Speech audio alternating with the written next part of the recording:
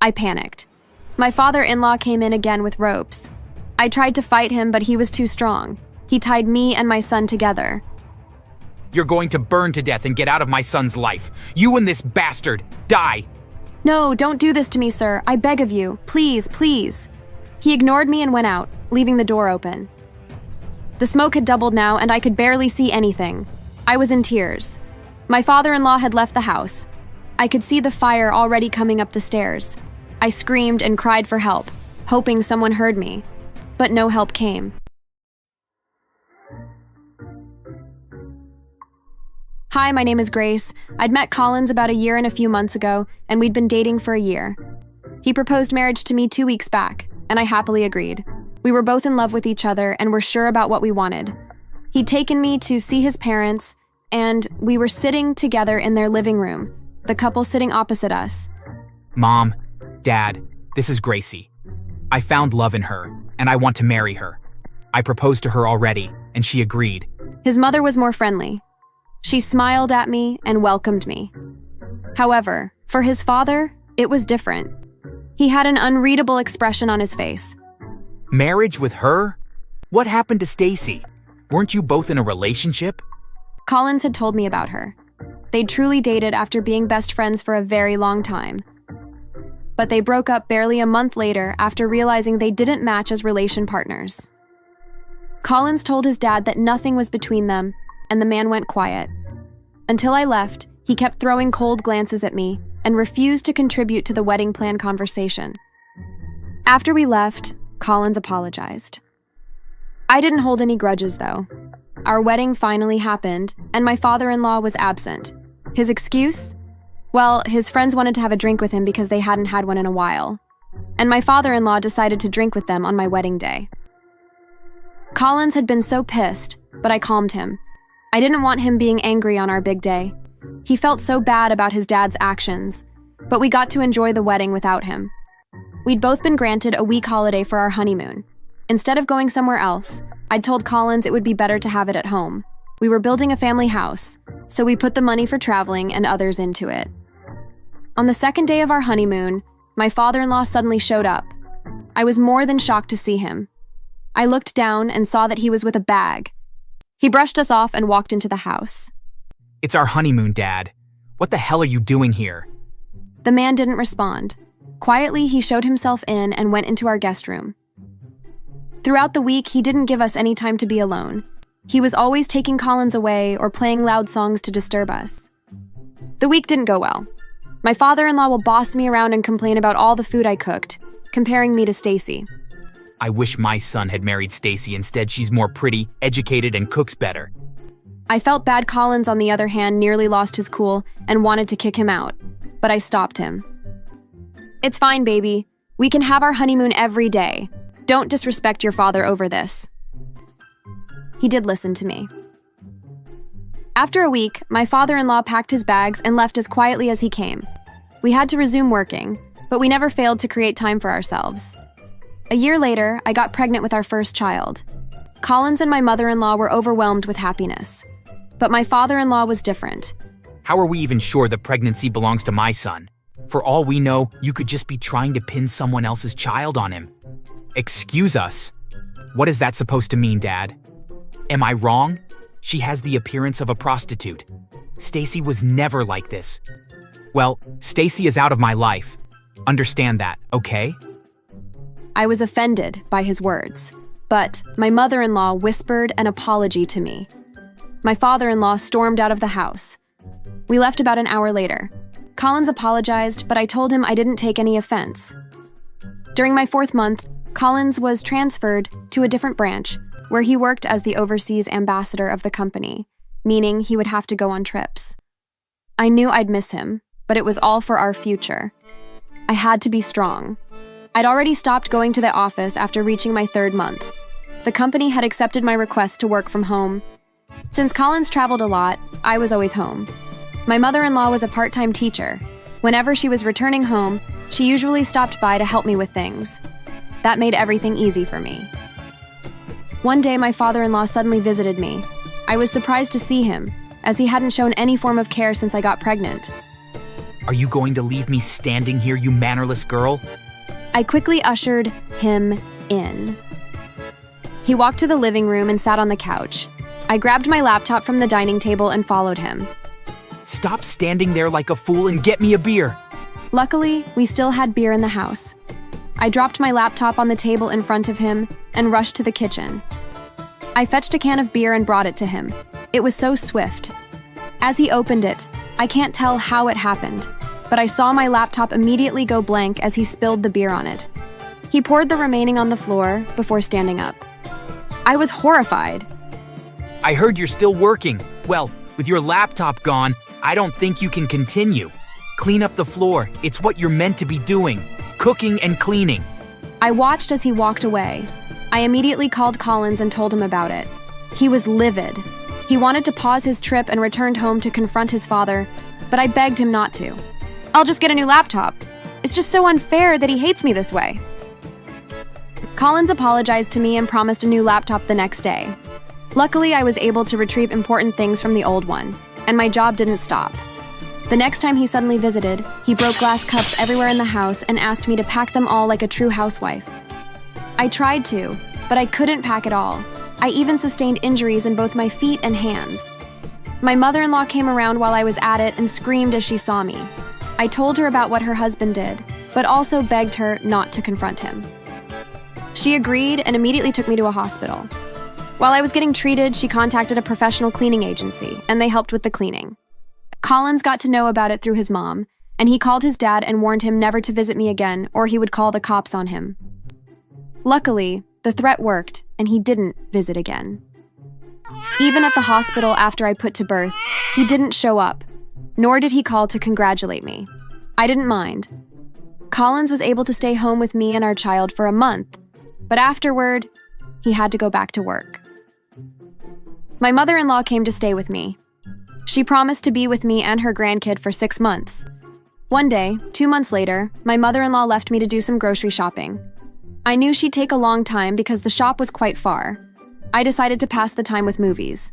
However, 10 minutes after she left, I suddenly heard the doorbell. I went to open it and was shocked to see my father-in-law. He looked like he was high or drunk. He pushed me outside and walked into the house. "Why are you here?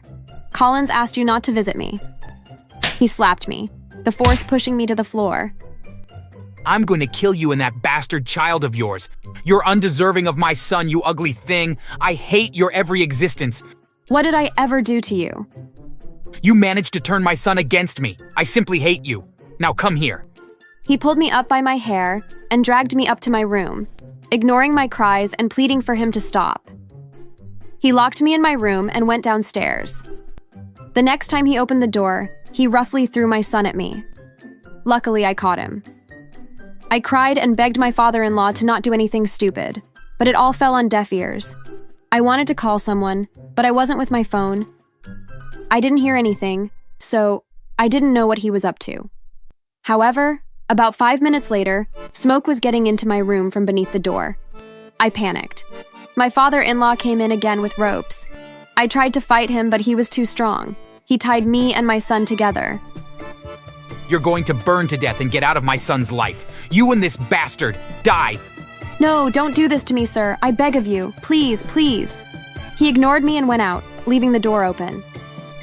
The smoke had doubled now, and I could barely see anything. I was in tears. My father-in-law had left the house. I could see the fire already coming up the stairs. I screamed and cried for help, hoping someone heard me. But no help came. I looked at my child, and he didn't seem like he was breathing. I panicked even more. I was starting to lose my breath, but I didn't care. All I worried about was my child. Finally, before passing out, I saw some uniformed men hurrying in. Please, save my child. Please. Luckily, we were rescued. Apparently, my mother-in-law had forgotten her card at home. She'd come back to take it, but met the house on fire. She immediately contacted the firemen, and that was how I got saved. I didn't get burns, but I inhaled a lot of smoke alongside my son. Collins immediately returned home after my mother-in-law informed him. My father-in-law was nowhere to be found, but they didn't worry. That didn't last long, though. The cops immediately swung into action when I told them my father-in-law was the one behind the fire. Collins also went in search of him. According to what I heard a day later, my father-in-law had been found with a broken rib, jaw, nose, and ankle. Collins had found him first and beat him up that badly before contacting the police. He was taken to court. With my testimony and the CCTV footage, he was found guilty. My mother-in-law also sued him for domestic violence. He'd been abusing her for years, and the fire incident made her finally report him. He was guilty of arson, attempted murder, and domestic violence.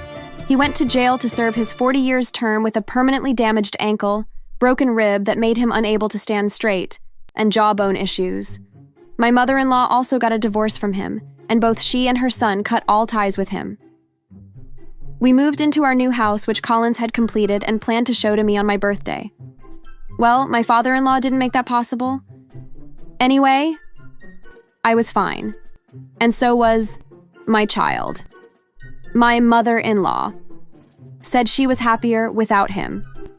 She loved and took care of me even more, and Collins was able to get the company to give him more free time so he could spend more time with me and our son. 5 years later, I visited my father-in-law with my son, and I could see the deep regret on his face when he saw how grown the boy he'd tried to kill had become. This is the last time you'll be seeing him. I'm happy you won't get to be a part of his life. I hope you rot in here for hating and hurting me for no reason. Goodbye. He was crying and begging for my forgiveness. But, just as he did on the day he set the house on fire while I was tied up in the room, I ignored him and walked away with my son. Thanks for watching. Make sure to subscribe and leave a comment down below saying I subscribed, and we will try our best to reply to your comment. I had to drive faster. Luckily, I didn't get a ticket. By the time I finally made it back to my company, I was 1 minute late past the time I should have been there, and my boss was already in a meeting with the CEO and his team. What the hell are you doing here so late? I'm sorry, I had an incident on the way to work and stopped to help a pregnant woman. Those are just excuses for not doing your job properly. Why do I care if there was a pregnant woman asking for help? Weren't there other people to assist her? It seemed urgent. She was about to give birth. Others would have taken care of it. Or do you not see that our work is more important? Right now, you're going to pack your things and get out of my sight. You're fired. Hello, my name is Aaron, and even though it might be wrong for me to say, I am a person who never arrives late anywhere, much less to my job. This isn't because of a learned habit, nor is it because the telecommunications company I work for made it a mandatory requirement when signing the contract. Although, I will talk about this later, my boss did tend to be very strict about his employees' punctuality. My habit of always arriving early to places stemmed from a growing anxiety that had accompanied me since childhood. Therefore, if I had to be somewhere at a specific time, it was very normal for me to arrive up to 10 minutes early. This was a quality that benefited me when I was hired, because as I mentioned, my boss seemed to have a particular grudge against people who did not have the discipline to be in their respective offices on the dot. If one day you think about being late, or even worse, not showing up to work, you can excuse yourself from ever appearing at the office again, because you will be fired. And what if we have an emergency? There is no such thing as an emergency. If you really had to go somewhere, you would have informed us in advance. That's why they're called emergencies. The only way I would accept you not being on time is if you had a serious accident and were practically dead. And even then, I would want to see the corresponding medical documentation to verify your story before firing you. I can't have lazy people making up excuses to avoid covering their position. It wasn't just paranoia about being in the office fulfilling the schedule without any failure. My boss also seemed obsessed with adhering to a specific plan within those 8 working hours. For instance, the coffee break had to be at 11 o'clock sharp and couldn't last more than 10 minutes. If someone needed to go to the bathroom, it had to be between 1 and 3 in the afternoon, and it couldn't take more than 5 minutes on the clock. If someone exceeded the allotted time, even by a minute, the boss would go ballistic. He would scold the person for their lack of punctuality and decorum, claiming they were wasting everyone's time with that attitude. Besides scolding them, he would assign them more tasks or make their day more difficult. In the end, with this psychological mistreatment, Most employees opted to stay seated at their desks and not risk taking breaks for fear of exceeding the established time. Aaron, have you heard the latest news? It seems the CEO's sister is coming to visit the office next week. Ah, is that why the boss is so stressed? He's been growling and breaking more things than usual these days. Probably, you know how he gets every time the CEO comes to supervise. Imagine when he wants to bring visitors as well. That day we'll have to be here an hour early to clean and practice military greetings, I can imagine.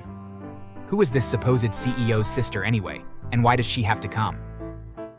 As I was told, the lady in question was another successful entrepreneur who owned a very well-known cosmetics brand in the country.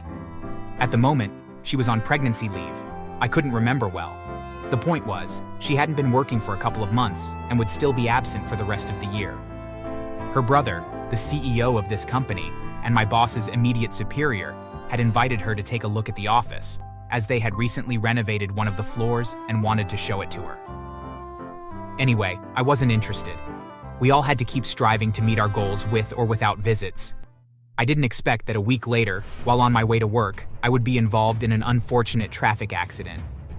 Fortunately, there were no injuries beyond the scare and a few scratches for several drivers. But because a car ran a red light, several vehicles were involved in a minor collision in the city center. I was unscathed, and although my car wasn't as lucky, with a dented hood, it was still in good enough condition to get me to my office in time for my next shift. On another occasion, I would have stayed to fill out the corresponding report, but since I didn't want to get another scolding and possibly be fired by my boss, I thought it best to leave immediately. I would deal with the damages caused by the accident after my workday. However, I didn't count on another setback interrupting me before I could leave. One other person involved in the accident was a pregnant lady, and she called out, Excuse me, could you help me get to the hospital? I'm in labor and I don't think the ambulance will arrive in time to take me there. Isn't there anyone else who can take you? I'm already late for work, and... Please, the hospital is just a couple of blocks away.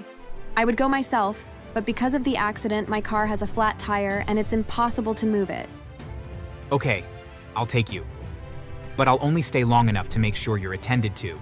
I genuinely believed that if I hurried, I would make it to work just in time. But I was wrong. The traffic accident, which involved a dozen vehicles, caused a major traffic jam, making it an arduous task to reach the nearest hospital, to the point that by the time we arrived at its doors, I had completely abandoned the idea of being at my workstation on time. And, since I had given up that idea, I stayed at the hospital a while longer, accompanying the woman until her husband arrived and took over. We exchanged cards, and I left. I had to drive faster. Luckily, I didn't get a ticket. By the time I finally made it back to my company, I was 1 minute late past the time I should have been there, and my boss was already in a meeting with the CEO and his team. What the hell are you doing here so late? I'm sorry, I had an incident on the way to work and stopped to help a pregnant woman. Those are just excuses for not doing your job properly. Why do I care if there was a pregnant woman asking for help? Weren't there other people to assist her? It seemed urgent. She was about to give birth. Others would have taken care of it. Or do you not see that our work is more important? Right now, you're going to pack your things and get out of my sight. You're fired. I wanted to protest because my boss had not only fired me unfairly, it was the first time I was late to my job, and for a completely reasonable reason. But he had also yelled at and humiliated me in front of more than 30 people who were there with him at the time. But I concluded that it wasn't worth it. Perhaps it was better to accept my dismissal and look for another job where I wouldn't have to put up with a toxic boss giving orders all the time. And yes, I ended up going to my office to collect my things and leave. I didn't expect that a few hours after I left, the CEO of the company would call me to his office to discuss a private matter that supposedly concerned me, even though I had already quit my job. You see, Natalie, the woman you helped get to the hospital, is my sister. She showed me your card when I went to visit her. How? That's quite a coincidence. It is. She was on leave from work due to her pregnancy, as the doctors said it was a high-risk pregnancy and recommended that she rest as much as possible. It's a good thing she found you during the traffic accident, because with the traffic and services overwhelmed, she probably wouldn't have made it to the hospital in time. I'm sure she would have found someone to help her. It was all a fortunate coincidence, and I'm glad it turned out well. Be that as it may, I've called you in to reward you for your good deed. Apparently, when my boss scolded me in front of everyone and fired me, the CEO had wanted to intervene to stop him from firing me. But he couldn't, because at that very moment, he was called by the hospital to inform him that his sister was admitted and he had to leave immediately. Now, a day after the incident, the CEO had called me to thank me for accompanying his sister, who could have died if I hadn't hurried to get her to the hospital when I did. And furthermore, the CEO wanted to rehire me at the company, only this time in a higher position. My boss would take my previous position, and I would take control of that part of the company, able to boss my former boss around as much as I wanted.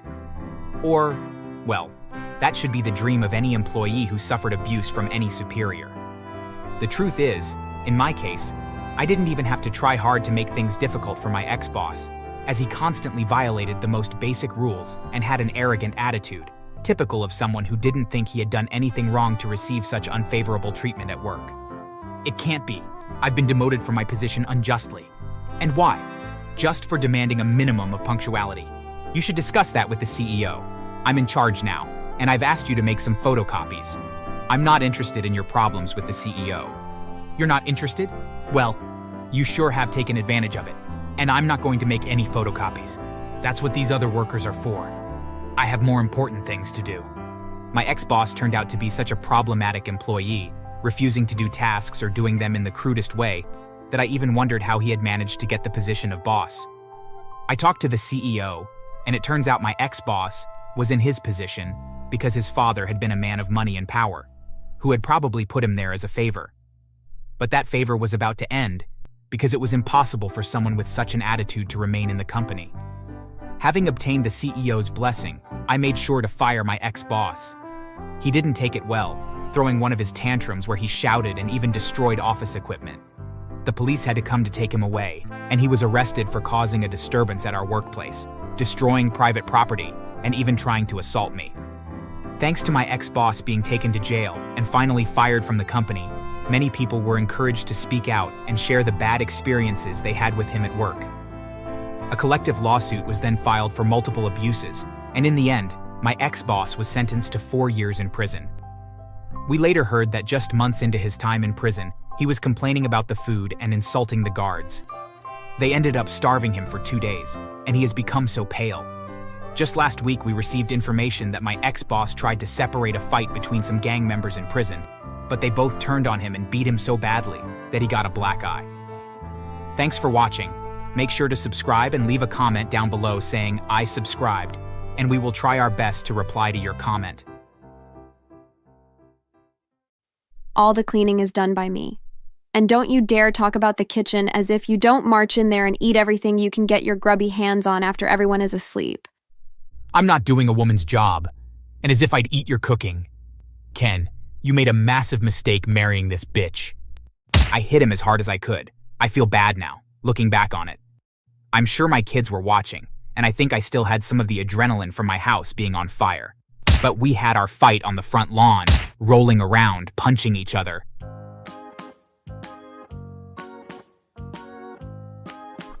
Hello, my name is Sarah, and I'm a stay-at-home mother of 2. My husband Ken and I got married 4 years ago just after college. I should mention that Ken's family has always been terrible. His father died of alcoholism when he was young, and his mother, Leah, always hated me for stealing her baby boy away from her. His brother only ever calls my husband to ask for more money to support his sports gambling addiction or pay off bad debt, despite working full-time in construction. Even at our wedding, his family kept making offhand comments about my dress or how bad the food was, as if they were ready for it to be over. To say that they are a nightmare in my life is an understatement, but we only have to deal with them around the holidays. It came as no surprise when we heard that Ken's brother Sam lost his construction job and was evicted from his apartment soon after. In fact, we had expected it. Sam was always horrible with his money and spending habits. It wasn't until his mother turned up at our front door telling Ken to let him stay with us that I realized how naive I was. If only I knew then what would happen afterwards. You're the older brother. It's your responsibility to look after your younger brother. He's almost 35 years old. It's his own fault that he got himself into this mess. It doesn't matter how. What matters is that it's your responsibility. You have a spare couch in the living room, don't you? Mom, I'm not having my kid's uncle crash in the living room. That's not right. So you would rather have him sleep on the street? That's not what I meant. Good. I'll tell him to pack his things.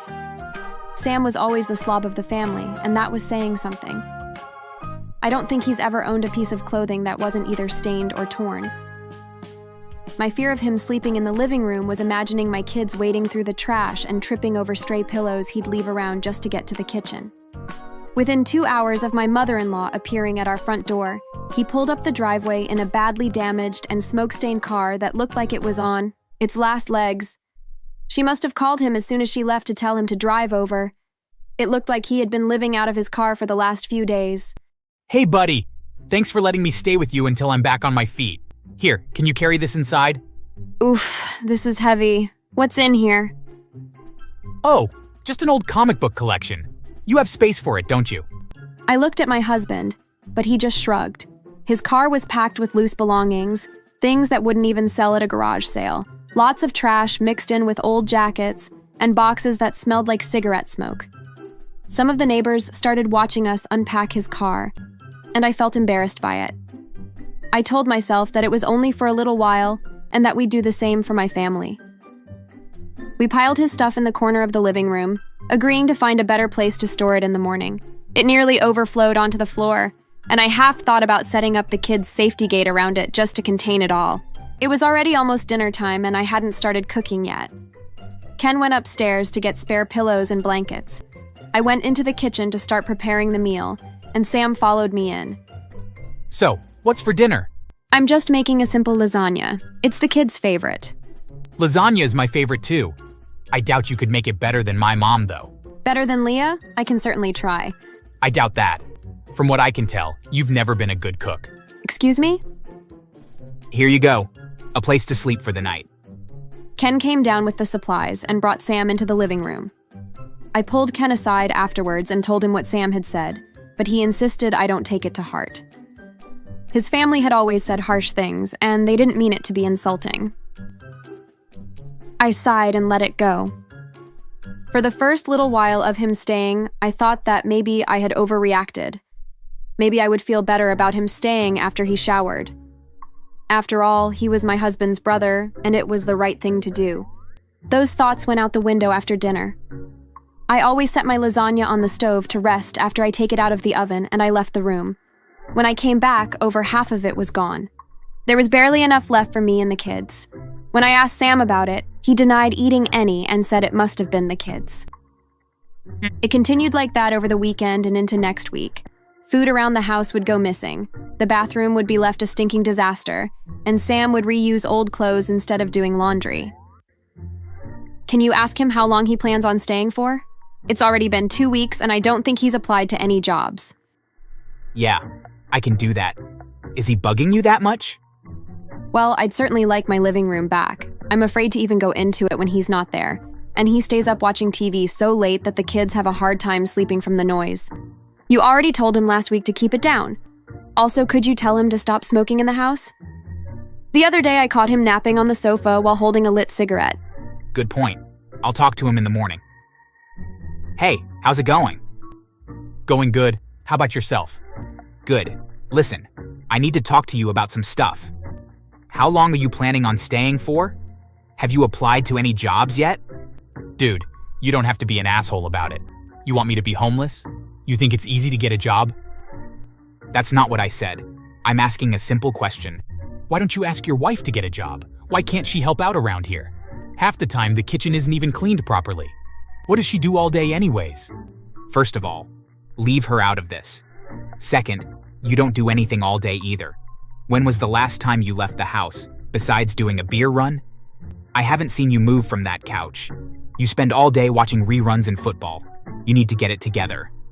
Also, can you stop smoking in the house? It's a fire hazard. I was infuriated. I stormed away and marched upstairs, and by the time I was back in my bedroom, I already had a missed call from my mother. She yelled at me for what I said to my brother, calling me inconsiderate and cruel. I told her that it wasn't right and that I had a family to take care of. She argued back that we are your family and that your wife is just your wife. At this, I was so angry, I hung up the phone. When I went downstairs, I found Sam had already started drinking, smoking, and watching TV again, and ignored me. I woke up in the middle of the night to the smell of smoke. I jumped out of bed, faster than I could wake up, and raced out the bedroom door. Already, the top floor was a haze of thick black smoke, and I started coughing. I called for Ken to wake up, and I went into my kids' rooms to wake them up. I put both on either shoulder, carrying them downstairs, covering their mouths with their pajamas. When we were outside, I put them on the lawn and turned around. The house was on fire, spreading from the kitchen to the living room and crawling up the inside of the windows. Smoke poured out from the front door. The heat and smoke made my eyes water, and I wasn't sure how I hadn't noticed it while I was still in the house. A moment later, Ken and Sam came through the front door. My kids ran up to hug my husband, and Sam looked in disbelief back at the house. Immediately, I accused him. It wasn't me. Maybe if you had kept the kitchen in better shape and cleaned up once in a while, nothing would have set on fire. Excuse me? Don't dare talk about the kitchen or shift blames. You most have caused this with a cigarette in your hand when you fell asleep. And as for the kitchen, you've never even offered to help with the dishes, let alone clean up after yourself. All the cleaning is done by me. And don't you dare talk about the kitchen as if you don't march in there and eat everything you can get your grubby hands on after everyone is asleep. I'm not doing a woman's job. And as if I'd eat your cooking. Ken, you made a massive mistake marrying this bitch. I hit him as hard as I could. I feel bad now, looking back on it. I'm sure my kids were watching, and I think I still had some of the adrenaline from my house being on fire. But we had our fight on the front lawn, rolling around, punching each other. I don't remember how long we rolled around, but it took 2 of the neighbors and a few firemen to pull us apart, so I knew it lasted until the firemen got there. After that, we gave our statements to the police, and the firefighters put out what remained of our home. The top floor was gone, including all of the kids' belongings. We got set up in a nearby hotel, without Sam, and tried to sleep away the few hours left of the early morning. I stopped responding to my mom's phone calls, and I blocked my brother soon after. From what we're told after, the fire had been started from a lit cigarette that was left unattended. Sam apparently had lit it, and then forgotten about it and went to sleep. It had apparently fallen on garbage that he had left on the kitchen table, and had ignited. It took over pretty quickly from there. We were told that we were lucky to have made it out alive. The worst of it was smoke inhalation for Ken and Sam, which resulted in some small coughing from my husband and numerous phone calls from my mother-in-law complaining about what a horrible mother I am and what had done to her son. Soon afterwards, we decided to go out of state and get new jobs. We didn't hear much from his family after that, and we enjoyed the peace and quiet to settle down. Obviously, we had no intention of ever contacting them again either, and we believed we could never forgive either of them for their actions and their words. However, what Sam had said to me stuck with me, and I developed insomnia. The therapist that I talked to said that it was to be expected from house fire victims and would fade with time. We knew we couldn't sue Sam for physical or emotional damages since he was bordering on bankruptcy at any moment. But we were happy enough to never speak to him again anyways. We later found out that Sam had used up the rest of his mother's savings, trying to pay off his sports gambling debts. Leah ended up having to sell her house just to make enough for retirement. It had been over a year, and now they both live together in a trailer park, and my mother-in-law and Sam have to pick up a minimal wage jobs to make ends meet. I hear they flip burgers in a tiny restaurant, while our family lives in a larger house than we had before with mountains all around. The greatest part is that we'll never have to see them again. Thanks for watching. Make sure to subscribe and leave a comment down below saying, "I subscribed," and we will try our best to reply to your comment. For starters, my younger brother Brad and I have had something of an adversarial relationship. Our parents tended to favor Brad, mostly because he was a boy and he would carry on the family name and more than likely one day take over the family restaurant too. It wasn't like they really didn't ever pay attention to me, but he was always favored. When he turned 16, he was given a car while I had to take the bus. They even said that they were willing to pay for him to go to college while I needed to save up and pay for my own. However, that was only the tip of the iceberg. Hey Dad, I know that you have me serving tables, but can I do something that makes a bit more money? Like hostess or maybe help you with bookkeeping? No, Stephanie. I need someone to serve tables. Besides, your brother needs to help me. That way he can learn about how to run the restaurant. Well, what about me? Shouldn't you teach me those things too? That way, if Brad doesn't want to take over, I can help you with it. Don't be stupid, Stephanie. Brad knows what's best for him and for the family. He will take over and do great things with the restaurant. Hi there. My name is Stephanie, and do I ever have a story for you? The truth of the matter is that I don't exactly come off looking great in the end, though. You see, I have a strange relationship with my family. For starters, my younger brother Brad and I have had something of an adversarial relationship. Our parents tended to favor Brad, mostly because he was a boy and he would carry on the family name and more than likely one day take over the family restaurant too. It wasn't like they really didn't ever pay attention to me, but he was always favored. When he turned 16, he was given a car while I had to take the bus. They even said that they were willing to pay for him to go to college while I needed to save up and pay for my own. However, that was only the tip of the iceberg. Hey Dad, I know that you have me serving tables, but can I do something that makes a bit more money? Like hostess or maybe help you with bookkeeping? No, Stephanie. I need someone to serve tables. Besides, your brother needs to help me. That way he can learn about how to run the restaurant. Well, what about me? Shouldn't you teach me those things too? That way, if Brad doesn't want to take over, I can help you with it. Don't be stupid, Stephanie. Brad knows what's best for him and for the family. He will take over and do great things with the restaurant. It was so infuriating, but no matter how I asked, the answer was always no. And it wasn't like Brad wasn't letting it go to his head. He knew the pecking order, and he made a point of always rubbing it in too. Oh, hey, sis. Listen, I scheduled you to work Saturday night. Brad, you are not the boss. You can't just schedule me to work on the weekend because you don't want to. Of course I can. After all, I'll be the boss one day, and you better get used to taking orders from me. What makes you think I'll still work here when you take over? Because you don't have a choice. Face it, Mom and Dad want me to take over because I'm smarter than you and a harder worker. So do as you're told and work the Saturday shift. Oh, I was furious with him, but I just bit my tongue and waited until I was 18. I picked going to a culinary school, and I figured that if I would have to work at my family's restaurant, then I would at least be the chef. There was no way that I was going to be stuck serving tables for the rest of my life. When I went away to school, I found out that I really had a knack for cooking, and many of my professors told me that I was a natural. Part of the course had us traveling to different countries in the world to learn how to make the local cuisine, and I fell in love with making meals from different cultures. So much so that I began to make up a cookbook of all the recipes that I had learned, and it didn't take long for that cookbook to grow in size. By the time that my third year of school came around, I was feeling very confident in my abilities, and when I went home for the holidays, I told my family that I wanted to become the chef of the family restaurant. They did not react very well. However, my brother's girlfriend was the one that really made me question my choices. Hey guys, I've learned so much and my instructors tell me I'm a natural chef. I think by the time I graduate, that I'll be perfect for the restaurant. Perfect how? Why would a waitress need to learn how to cook? Stephanie, someone as dumb as you only needs to know how to carry a tray of food and take drink orders. You're wasting your time. Can you maybe stop being such a condescending prick, Brad? Brad is right, Stephanie. We already have a chef. What we always need are wait staff. Maybe you should just quit school and come back and be a waitress again. Stop wasting time with this foolish dream. Yeah, Brad is right. You're such a complete moron. Just listen to your dad and brother. They clearly know better than you. You need to watch your mouth. You aren't family and my patience with them is wearing thin if you don't back off. I'll make you eat your words. Try me, bitch. The next thing I knew, she slapped me and was getting ready to slap me again when I punched her and broke her nose.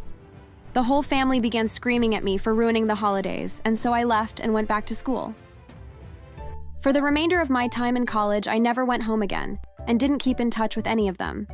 After all, they pretty much had told me that they didn't think much about me, and so I just focused on making my own way. I knew that I really wanted to be a chef, but I also didn't really know if I wanted to work for someone. I really liked the idea of being my own boss for once in my life, and so after I graduated, I used what little money I had and bought a food truck. I came up with a few really solid foods I knew would sell well, and I parked myself in a crowded area downtown and made a go of it. The first few days, I didn't get a lot of customers, but the more people that came and tried my food, the more popular I got until I was selling out of food every day. People loved my food truck, and it got to the point where I needed to hire a few assistants in order to keep up with all the orders that I was getting. But before long, even that wasn't enough. By this time, I had made some good money, and so I invested it in a small restaurant and parked my food truck outside. I used the area around the truck as an outside patio while the restaurant inside catered to a more fine dining experience. In the span of a few months, my restaurant was the talk of the town, and I was beginning to face the idea that I could probably expand and have a couple more such locations. Things were really looking up when suddenly one day, my mother and father showed up. They looked like they were impressed with my restaurant, but were also very sad. "Hey, I never expected to see you two here. What do you want?" Oh, Stephanie, we have terrible news. Your brother has passed away. He and his girlfriend were driving one night and lost control of the car and died in a car wreck. Oh my God, that's terrible. I'm so sorry to hear that. Yes, it is a great tragedy.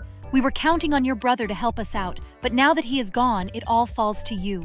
To me? What do you mean? We need someone to take over the restaurant. We're getting old and can't do as much as we used to.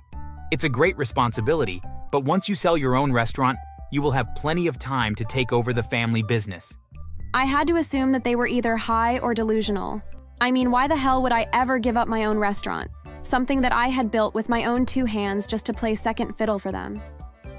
No. Why would I sell my own business? Well, it's not like you can run both places. Besides, our business is much better and can earn more profit for you. If it's so profitable and better, then why haven't you expanded to more than one location? Mine is so popular that I am looking at building 2 new locations very soon. So the answer is no. I'm not going to bail you two out just because your number 1 pick passed away. I mean, let me be clear. I mourn for Brad's passing, but I'm not going to give up on my dream just so you two can treat me like a consolation prize and give me everything you promised, Brad. Thanks, but no thanks. After that, I had security escort them out of the restaurant. They never actually came back for several years. On the rare occasion, they would call to say hi and ask if I had reconsidered, and while I was friendly on the phone, I always refused their offer. Until one day, the two of them were far too frail to keep running their restaurant, and so they came and begged me for one last time to take over. I agreed to do so on the condition that they allow me to find them a nurse to stay with them, since they were far too old to keep working and needed to retire. They then transferred sole ownership over to me so that I could take over their business. I could only assume that they were no longer mentally feeling fit to run the business. And so my parents relented and agreed to let me take over and made me promise that I wouldn't put them in a home and that I would work alongside them to keep the business afloat. The second, after my name was put on as the owner of the restaurant, I broke my promise and had them both placed in an old age home. One that wasn't exactly known for being a good place to live. The next thing I did was gut the restaurant for anything of value and then sell off the building. By the time my parents knew what was happening, the building was already sold, and their business was no more. My parents were truly shocked at what I had done, but I didn't care. After all, they were far too old to retaliate, and I wanted to make them understand how badly they had made me feel throughout my life. And sadly, the only way to do that was to crush their dream of the restaurant being passed down through the family. Few weeks later, I heard my mom was beaten by one of the workers in the old people's home because she had insulted him several times. Serves her right. Do you think what I did was bad?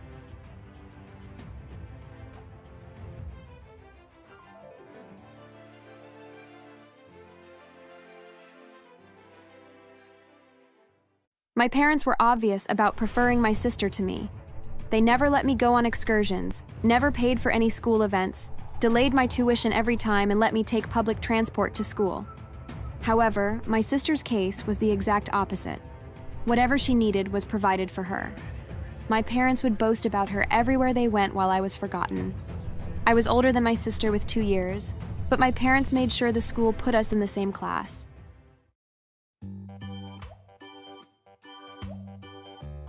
Hi, my name's Misun. In a few weeks, I'll be celebrating my 35th birthday. I live in my own apartment and have 2 companies of my own. I have no family except my husband and children, as I was disowned and kicked out by my very own parents years ago. Growing up, I wasn't much of a genius academically. However, I did my best and always emerged in the top 5. My parents didn't seem satisfied by that. Instead, they were only interested in my younger sister, Sujin, who never failed to top her class. We both used to be in the top 5, but from the moment we got into senior high school, she began to top the class. I wouldn't say that was the only reason they preferred her, but that was the main one. My parents were obvious about preferring my sister to me. They never let me go on excursions, never paid for any school events, delayed my tuition every time, and let me take public transport to school. However, my sister's case was the exact opposite. Whatever she needed was provided for her. My parents would boast about her everywhere they went while I was forgotten. I was older than my sister with 2 years, but my parents made sure the school put us in the same class. During our high school graduation, I was made to sit away from them. When I was acknowledged as the 5th best student, my parents didn't cheer. They ignored me and faced my sister instead, getting her ready for her award. As expected, she was the overall best. My parents cheered the most. They nearly followed her to receive the award. I was all alone, feeling bad and blaming myself for not being good enough. After the ceremony, I approached my family. My presence was unnoticed until I touched my mom. On our way home, I was made to listen to them praising my sister nonstop until we got home. We got into college together, and it was even worse there. I had a hard time trying to take in everything, but my genius sister seemed to be having it easy. As always, she topped the class.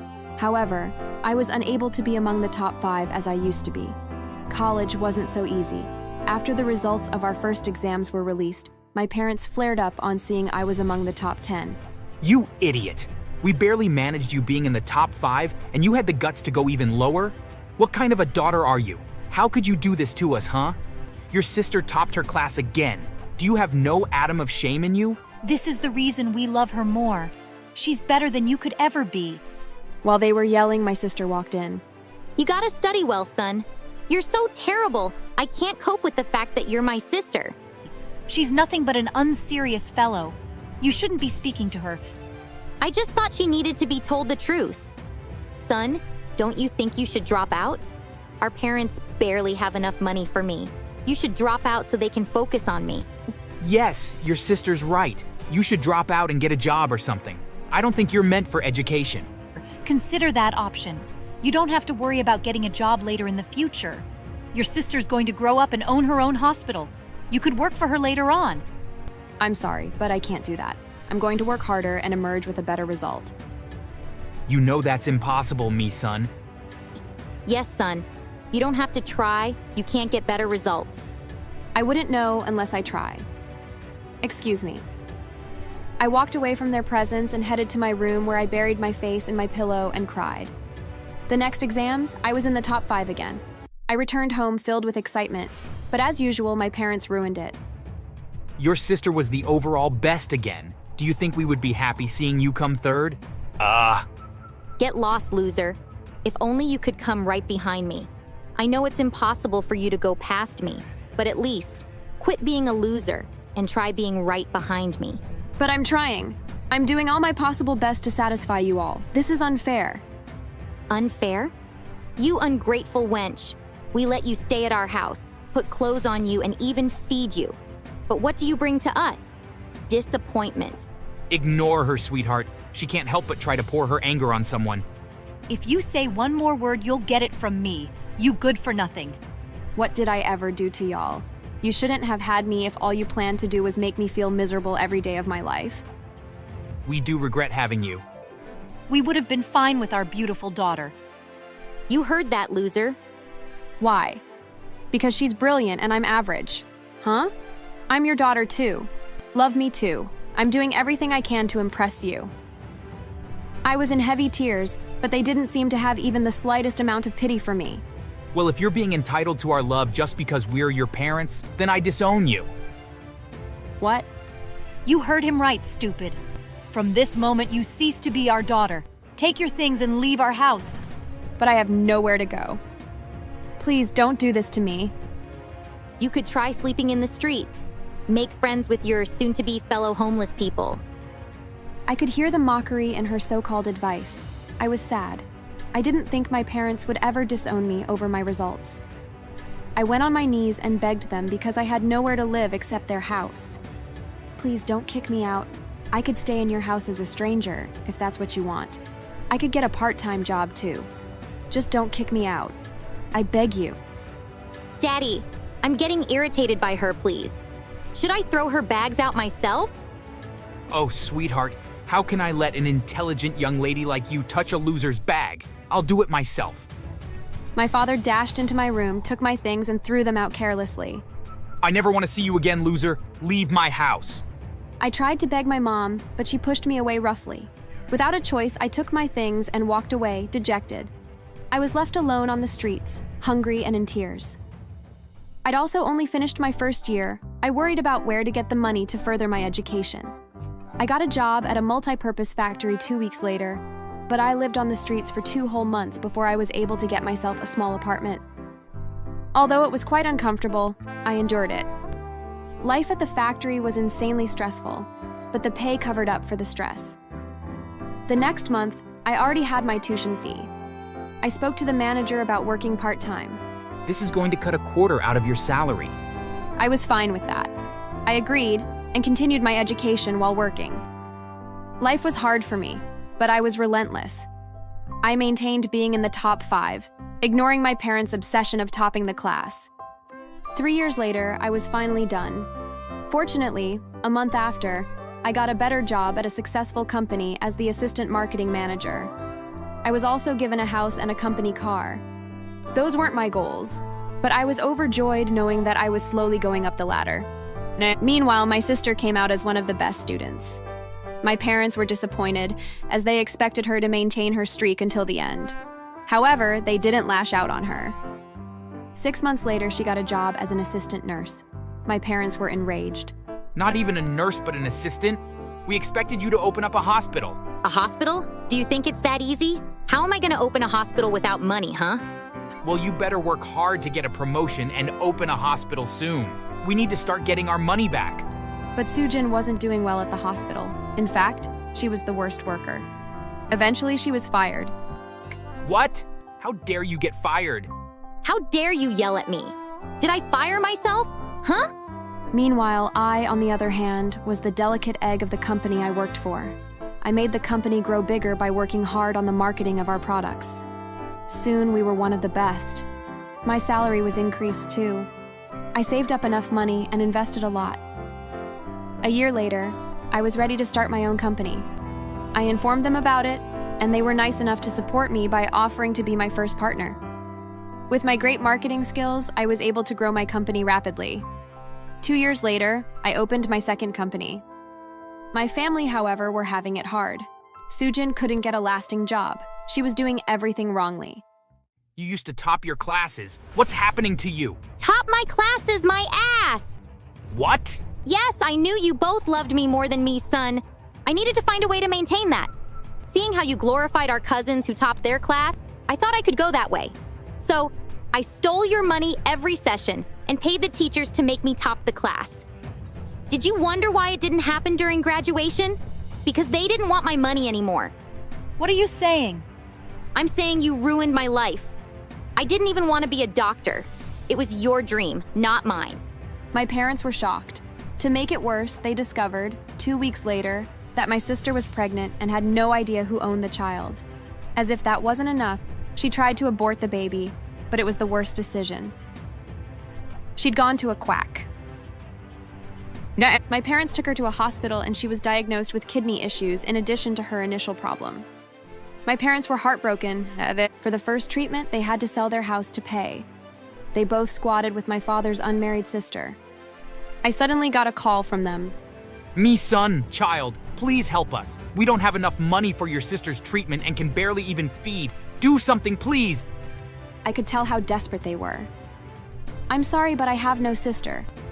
I also have no parents, and I have no idea who you both are. Nor do I have any money to give to you. Don't do this to us, me, son. We know you have 2 companies that are doing well. You're rich. You should help us because we took care of you. Like I said, I don't know who you are. If you call me again, I'll be forced to report you to the cops. I wish you nothing but sadness. With that, I ended the call. They tried as hard as they could, but they eventually lost Sujin. Staying too long without treatment led to her death. My father's sister, who was housing them, also kicked them out since she was planning to get married. They were left without a house, money, or child. Last time I heard about them, I learned that they'd lost their minds and were roaming on the streets. I'm married to a lovely man who's completely different from my father, and he also loves our twin girls equally. That's all that matters. Thanks for watching. Make sure to subscribe and leave a comment down below saying I subscribed, and we will try our best to reply to your comment.